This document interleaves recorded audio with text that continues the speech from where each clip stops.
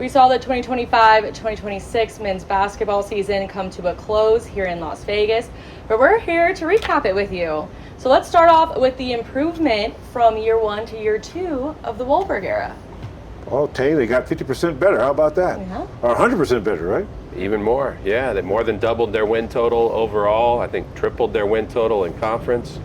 The bar was set pretty low after last year, but we did see improvement, and I think there's also that hunger because they came so close to so many more wins. Speaking of wins, what were some of your favorite wins to witness since you two have been traveling with them all year? What's at the top of your list, Coach Q? Well, since we're in Las Vegas, I got to say the win against the Rebels at home last month in February, I just thought that was a game where it was a unique game. The game was long time-wise. It just took a long time to get it complete.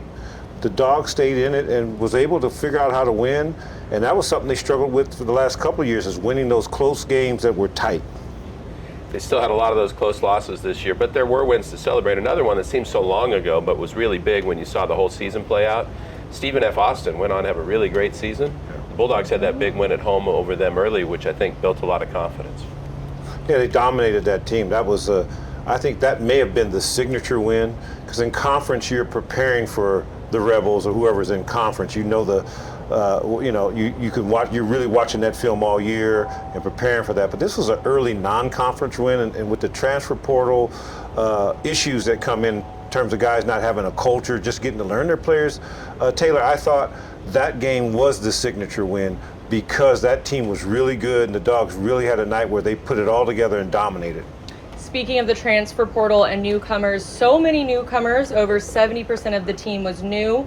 Who stood out to you guys? Well, I got to say that I thought Gorey was outstanding, and he was standing next to this really tall tower, which I call the Eiffel Tower, Wilson Jack. I thought that those two were just fantastic pickups. I knew about Jake Hybreeder. We had called his games before, so I was familiar with how he played, but those two freshmen coming in and getting those guys to perform at that level, I thought was a big win for the Dogs. Yeah, I think the easy barometer was if somebody earned a nickname from Coach Q, they must have had a pretty good year. So Deshaun Gorey was Silky Slim, and honorable mention all conference. I thought he should have been on one of the top 3 teams. He was Fresno State's best player in Mountain West play. Bunch of double-doubles. Really took the team on his back, especially if injuries took away some of the other guys. Wilson Jack, I mean, he averaged a double-double in conference play. I loved watching DJ Stickman before he got hurt. You know, to see him get off the ground with that athleticism, and sure praying for a speedy recovery for him. Yeah, they had some talent, but the injury bug got them. And you're talking about guys in terms of Stickman or the Whopper. Those guys could have really helped, you know, in some of those closer games, Taylor, in terms of what they bring. I think it was the Long Beach State game that Long Beach State was going to win that game until they decided to put the stick in. And he changed the pace with his defense, his energy, and I would have liked to have seen him a full year in this system to really adapt to the college game, get his offensive confidence there, his defense confidence was there. That was a big loss. I thought with losing the stick, I thought that hurt the Dogs because the Mountain West has such speedy guards that's something where they struggle defending those kind of players. And a lot of those close losses came down to just getting worn down on defense, where he could have given you a fresh wind off the bench. And the other thing, Taylor, you got me thinking now about the season we saw. One of the real special days, it wasn't a Bulldog win, unfortunately, could have been, but was when they opened Selland Arena back up after all these years. And we saw the great guys, Rod Higgins, Bobby Anderson, Tyrone Bradley, so many more come back to the arena that they lit on fire for the Valley way back in the 80s. And I hope that's something that continues, because I don't know about you, Coach Q, there were some emotions and some energy that came back that day that we hadn't seen in a while. Yeah, you talk to guys like David Barnett and Carl Ray Harris, those type of players who actually played in that arena and really had that when it was really jumping. And I thought the fans loved it. I swear there were probably about 5,000 or 6,000 people there, but 10 have seemed like they've come up to me and say they were there. Yeah, I loved it when you guys it was a great game, whether they watched it on television or were there. I thought it created the interest at a key time that really could have given the Dogs a real big boost had they won that one. And the energy there, I think, translated to the Save Mart Center. After that, we saw bigger crowds, Yes. and that's kind of the idea. It's not just, hey, remember what used to be. It's, hey, we can get this going again. And I thought fans really did respond, and some really good crowds in conference play this year, a lot better than last year. Yeah. Speaking of energy, the international flavor changed the culture a little bit. What did you see from them? Well, I didn't see any spaghetti from the guy from Italy. I didn't see any escargot from the two guys from France. The guy from Mexico, he didn't even bring a pollo quesadilla for me. But I saw some great humans that were great teammates. They really played hard, and I saw them all improve, and I hope they all come back. A lot of injuries, but I think we saw a lot of grit from this team. Yeah. They kept fighting to the end. What stood out to you two the most about that? Well, and I got to pile on to his international flavor because he hit the international cuisine there. But I think there was definitely some Mateusz consumed here in Vegas, because that's what Gasper Kochevar said was his favorite dish from Slovenia.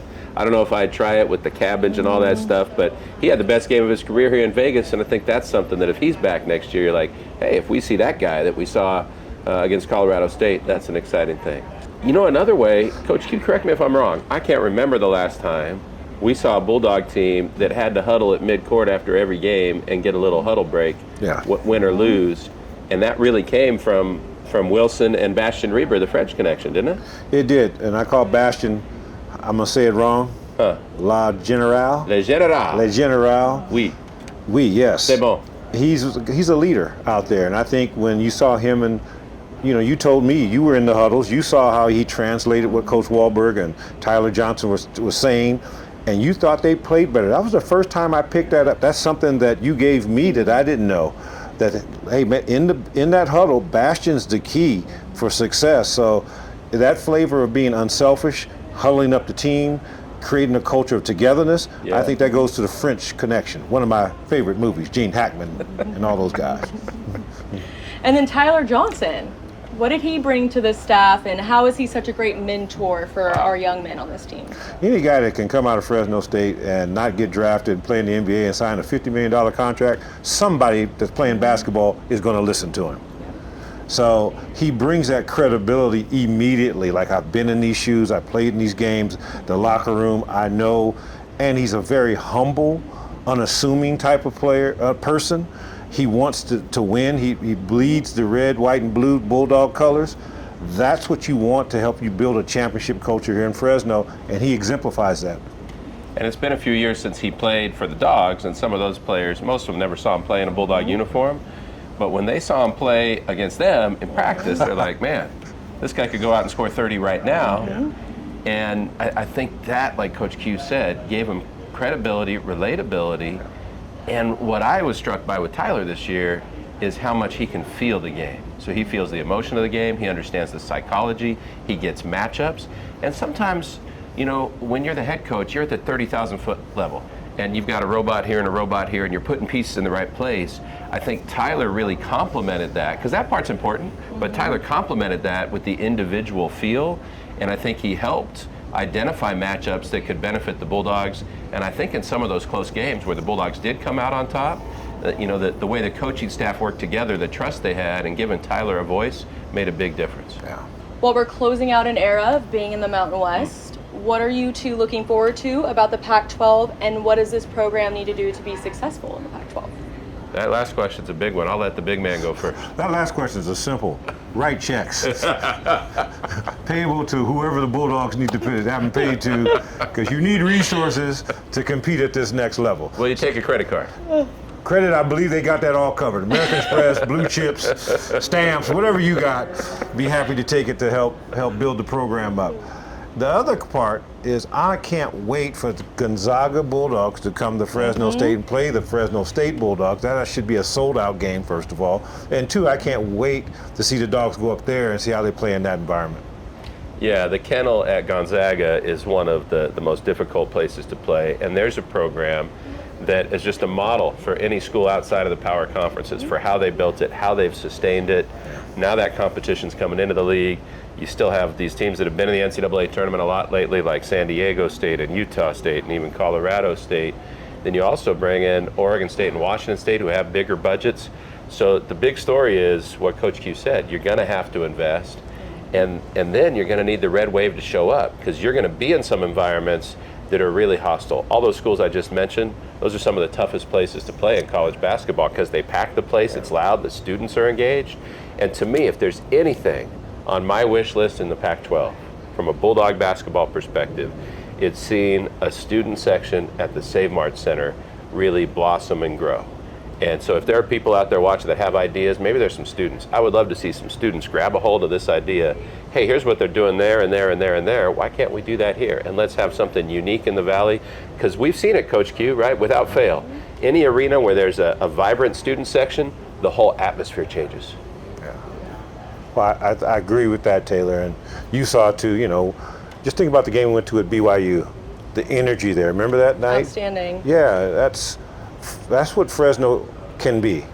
And I would just say keep shooting for that and build the culture in the schools, the elementary schools. Make them all Bulldog fans right off the bat, and let the kids wear Fresno State gear to school. Let them be a part of that. You know, when they get a T-shirt, hey, we have College Day, we can wear this shirt on campus, so they get familiar with the brand and love it and see it in a positive light and want to be affiliated with it. Well, it was so fun calling games with you two all season. Yeah. And I guess I'll see you two when we go to the Pac-12. Oh, guess. Let's guarantee it. It is kind of crazy to think the next time Yeah. the Bulldogs suit up for basketball, it's going to be as a Pac-12 program. A lot of possibilities, but this offseason is going to be critical in terms of who comes back and who the team's able to sign. And Coach Q is right. Unfortunately, a lot of that comes down to money. So let's see who steps up and invests in the program. You know, and something else that you may look at is scheduling. Yep. How do you schedule your non-conference? Can the Dogs eventually get some big-time schools in here in non-conference to build the interest up early? You know, maybe Coach Wahlberg gets Calipari to bring Arkansas out this way, or some major college where you get that feel where people show up early in the season and want to get engaged. We're also excited to join the Pac-12, but are you a little sentimental about leaving the Mountain West? Boy, I am, because 14 years is a long time, and you build relationships, right? All these other schools have great people, and these communities have great communities and great food, right, Coach Q? They do. No more tortillas in Albuquerque. Oh, no. But no more of those lunatics yelling at us in Albuquerque either. Well, Taylor and the Snake really hit it off, I thought, didn't you? I did. Oh, the Snake was our first class. I give you some. Some other folks were too nice. But we're going to miss the Mountain West relationships, and I think they're great memories, right? Fresno State won a Mountain West tournament title, got to play in the NCAA tournament 10 years ago. That's one of those stories when you remember that team, you say, hey, the Bulldogs can do that again someday if they get that right formula and that right recipe. So I think you look back with sentimentality, thankful for the relationships, and hopeful that you build those same kind in the new league. I agree with you there. I thought the excitement, even when I first started getting involved, Tyler Johnson's team went to that tournament. I can't remember the CBI championship at Siena. And that made a huge difference. The administration made a decision to invest into those games. You know, they beat UTEP, they beat Old Dominion to get to New York. Yeah. I thought that was a difference maker in terms of the culture, that showing the investment into the program.